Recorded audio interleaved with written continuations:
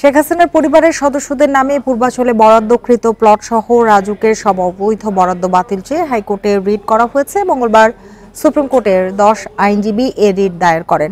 রিটে সাবেক প্রধানমন্ত্রী শেখ হাসিনা ও তার পরিবারের সদস্যদের নামে পূর্বাচলে 60 কাঠা প্লট বরাদ্দ বাতিল সহ রাজুকের সব অবৈধ বরাদ্দ বাতিলের নির্দেশনা চাওয়া হয়েছে।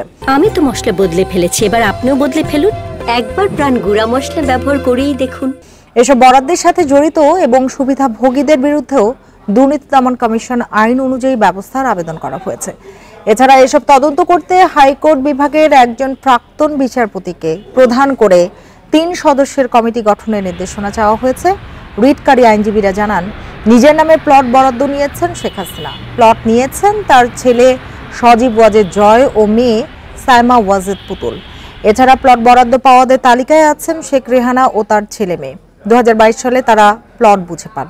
পরে বিষয়টি রাষ্ট্রীয় অতি গোপনীয় হিসেবে চিহ্নিত করা হয়।